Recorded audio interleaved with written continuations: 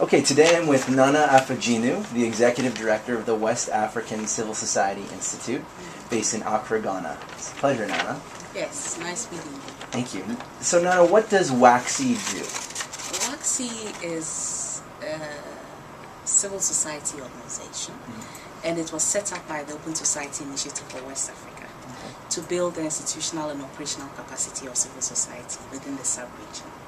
So we focus a lot on institutional strengthening skills, operational skills, things that would make civil society more efficient and effective at what they do already. So that is what WACC does. Very nice. And how have you been able to factor the responsibility to protect, or RtoP, into your organization's work? As I said, we look at capacity building, and it's not only technical capacity, but knowledge capacity as well. And so for WACC, new areas that affect development within the sub-region.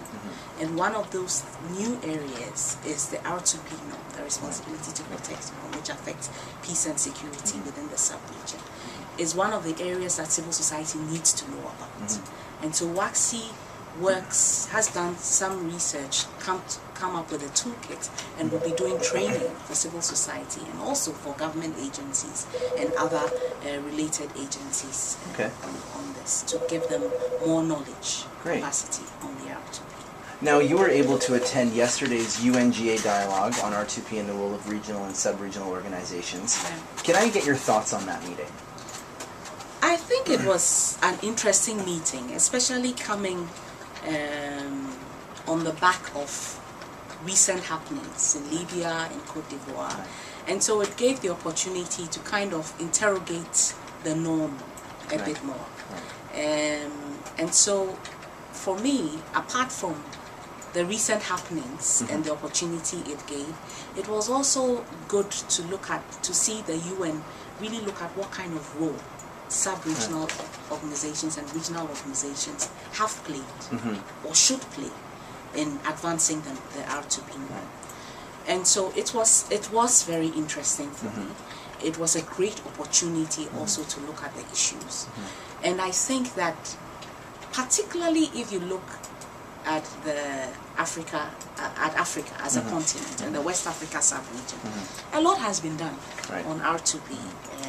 If you look at our normative frameworks, if you look at the actual engagements on the ground, practical engagement, you realize that there has been the implementation of RtoP within the sub-region by the AU, by the ECOWAS in Kenya, in Guinea, in Cote d'Ivoire.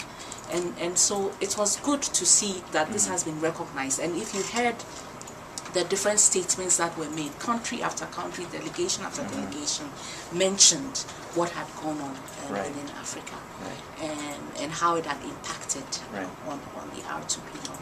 So that was good for me as an African civil society activist to hear what kind of contribution the region had made, and also to actually see that we can play a very useful role in advancing this very important norm to protect not only the sub-region and the continent as a whole, but the whole world. Okay.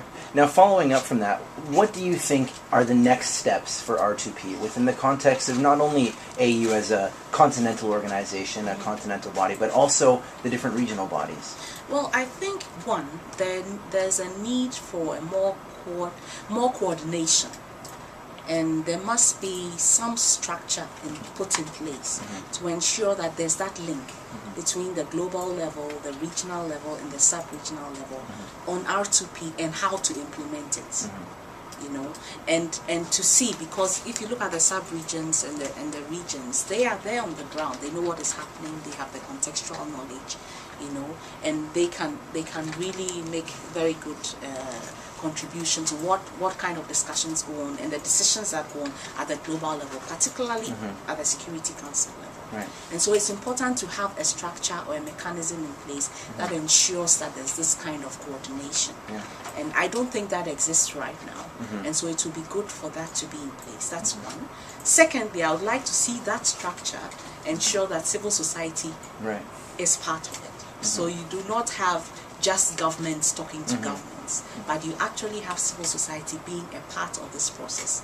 And at all the different levels, global, regional, sub-regional, you do have very active civil society organizations. I mean, I can give an example of the ICRtoP, which WACSI is a part of. But at the regional level, you have different civil society organizations, and you also have at the sub-regional level. And so it is important for these civil society organizations, who are even closer to the ground than the governments are, to be part of these processes. And it will be good to see. There are already examples looking at the early warning systems at the African Union level, at the ECOWAS level. But it will be good also to see more of that in this mechanism that coordinates all the three levels that I've talked about. So that is something that I see as very important.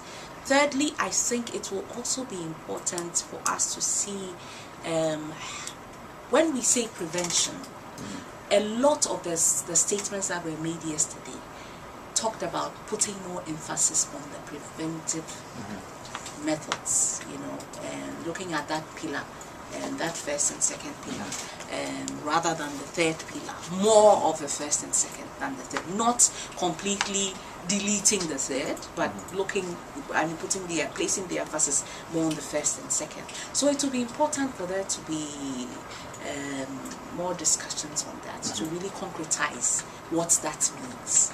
And finally, I think it will be important to look at the third pillar as well. When we are talking about intervention, what is the scope that we are talking about? We can look at the different resolutions that are passed, but I mean, how is it really implemented?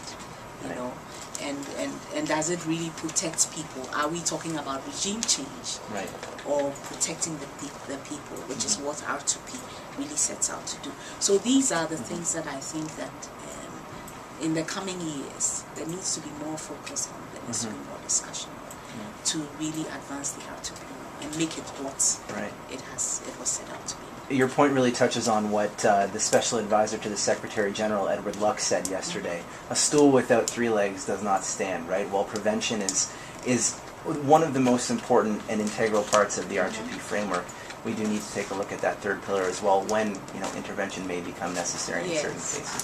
Very important. Well, Mrs. Afadzinu, thank you very much for your time. It's been a pleasure, and we wish you all the best. Thank you very much. Nice talking to you.